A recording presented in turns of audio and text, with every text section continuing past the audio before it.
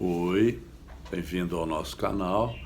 Espero trazer para você um conteúdo útil e se você achar que é útil, dê o seu like, inscreva-se no canal, apresente para os seus amigos e principalmente se você te despertar a curiosidade, comente, faça perguntas, isso é bastante importante para a gente. Eu queria trazer para vocês hoje, uma reflexão sobre a qual eu me debruço já há algum tempo, na verdade bastante tempo, que é a questão da comunicação. Eu vou conversar com uma pessoa e eu tenho uma ideia em mente e quero falar para você essa ideia. Nesse caso, estou falando ela através do vídeo, você não está aqui diretamente na minha frente, mas eu quero que você use e interprete a minha imagem para pensar de uma certa forma, para refletir sobre aquilo. Acontece que são duas interfaces. As palavras que eu usei, elas operam como um intermediário entre o que está na minha mente e o que está na sua mente. E aí acontece uma coisa interessante. Uma primeira função, que é a função expressiva, é o quanto que aquela imagem que eu tenho em mente eu consegui traduzir em palavras e essas palavras se relacionam com aquela imagem que eu tenho em mente. Digamos, eu falo assim, a árvore que tem em frente de casa. Então, essa imagem que eu tenho é da árvore que tem na frente da minha casa. E essa função expressiva é o tanto que as minhas palavras comunicaram a imagem que eu fiz. E aí você vai formar uma imagem de uma árvore em frente da minha casa. Essa é a função comunicativa. E há diferenças nessas funções. Por exemplo, você pode... a árvore que tem na frente da minha casa é um ipê. Já foi uma passarinheira, atualmente é um ipê. Mas você pode ter pensado numa mangueira.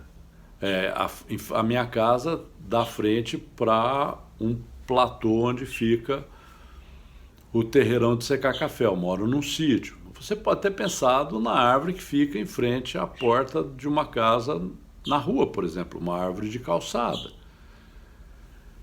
Há sempre uma diferença entre o que está na minha mente e o que eu coloco em palavras, e há sempre uma diferença entre as palavras que me chegam e a imagem que eu formo na minha mente. Hoje eu quero me estender um pouco mais sobre as ilusões que essa diferença provoca, numa ilusão que eu chamo de a ilusão do rascunho. Veja bem, é uma coisa bem gozada isso, porque todos nós achamos e sabemos que nós falamos no rascunho. Quando você está falando comigo, você está falando comigo e você tem as palavras, que eu estou falando com você agora e tem as minhas palavras, e você tem uma imagem na sua mente. E você consegue simultaneamente ouvir as palavras que você diz e observar aquilo que você está querendo dizer.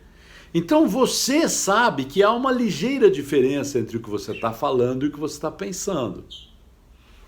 Mas quando eu estou falando com você, você não tem acesso à imagem que está na minha mente, você só tem acesso às palavras que eu digo. Então é muito comum a gente achar, você achar, que eu não faço rascunho para falar. Você faz rascunho para falar, mas eu não faço rascunho para falar. Então o que acontece? Eu falo e você pensa, nossa, como Ari é um cara sábio, olha como ele usa bem as palavras. Porque, na verdade, o que você está interpretando é a maneira como as minhas palavras produzem na sua mente uma certa imagem. E, nesse sentido, você, inclusive, ignora o fato de que você preenche as minhas palavras com as suas ideias e as suas imagens.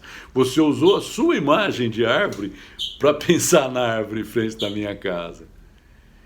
Como eu falei, e as minhas palavras pareceram bonitas, organizadas, certinho, parece que eu falo passando a limpo. Todo mundo fala passando a limpo, você também.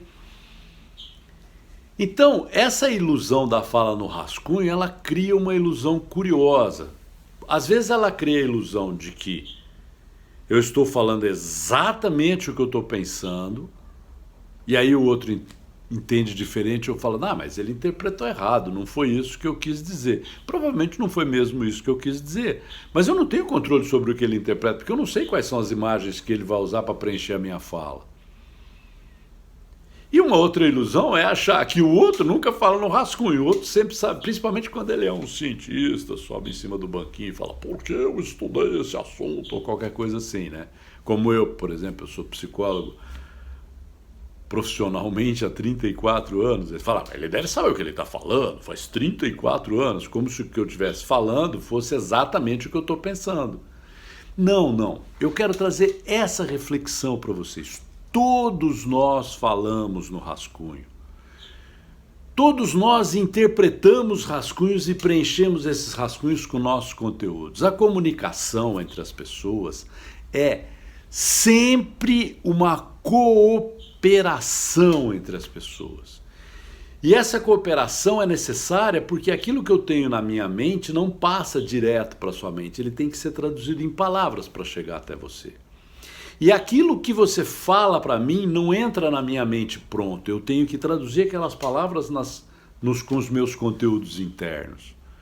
Isso talvez não fique tão claro se a gente não prestar atenção. Mas se você começar a prestar atenção, você vai perceber isso.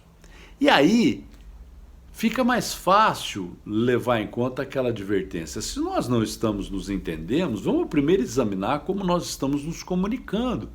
Em vez de achar que nós estamos mentindo, tentando enganar ou qualquer coisa assim. Principalmente, especialmente, com aquelas pessoas que nós amamos. Pense nisso.